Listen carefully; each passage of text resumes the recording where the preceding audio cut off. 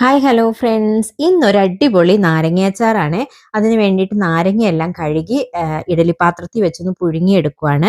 ഇനി ഒരു മൺചട്ടി അടുപ്പി വെച്ച് ചൂടാക്കി അതിലേക്ക് നല്ലെണ്ണ ഒഴിച്ചു കൊടുത്തിട്ടുണ്ട്. ഇനി ഒന്ന് കടുകൊന്ന് പൊട്ടിച്ചെടുക്കണം.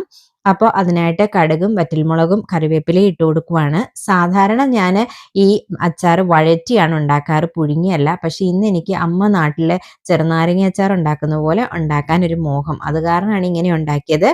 കടുകൊക്കെ പൊട്ടി വന്നപ്പോൾ അതിലേക്ക് നീളത്തിൽ അരിഞ്ഞ ഇഞ്ചിയും കുറച്ച് വെളുത്തുള്ളിയും കൂടെ ചേർത്ത് വഴറ്റി, പിന്നെ ഒരു ഹോം മെയ്ഡ് അച്ചാർ പൗഡറാണ് ചേർത്തേക്കുന്നത്. അതിനായിട്ട് മുളക്, കടുക്, ഉലുവ, കായം ഇത്രയും സാധനങ്ങൾ വറുത്ത് വീട്ടിൽ തന്നെ പൊടിച്ചുണ്ടാക്കിയ ഒരു പൗഡറാണ്. അതുണ്ടെങ്കിൽ പെട്ടെന്ന് അച്ചാർ ഉണ്ടാക്കിയെടുക്കാം. അപ്പോൾ അതിൻ്റെ കൂട്ടത്തിൽ കുറച്ച് ഉപ്പും കൂടെ ചേർത്ത് കൊടുത്തിട്ടുണ്ട്.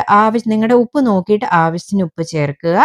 അപ്പോൾ നമ്മുടെ അടിപൊളി അച്ചാർ ഇവിടെ റെഡി ആയിട്ടുണ്ട്. ഞാനൊന്ന് ടേസ്റ്റ് ചെയ്ത് നോക്കി. നല്ല സൂപ്പർ ടേസ്റ്റ് ആണ് കേട്ടോ. അപ്പോൾ എല്ലാവരും ഒന്ന് ട്രൈ ചെയ്ത് നോക്കുക. ബൈ.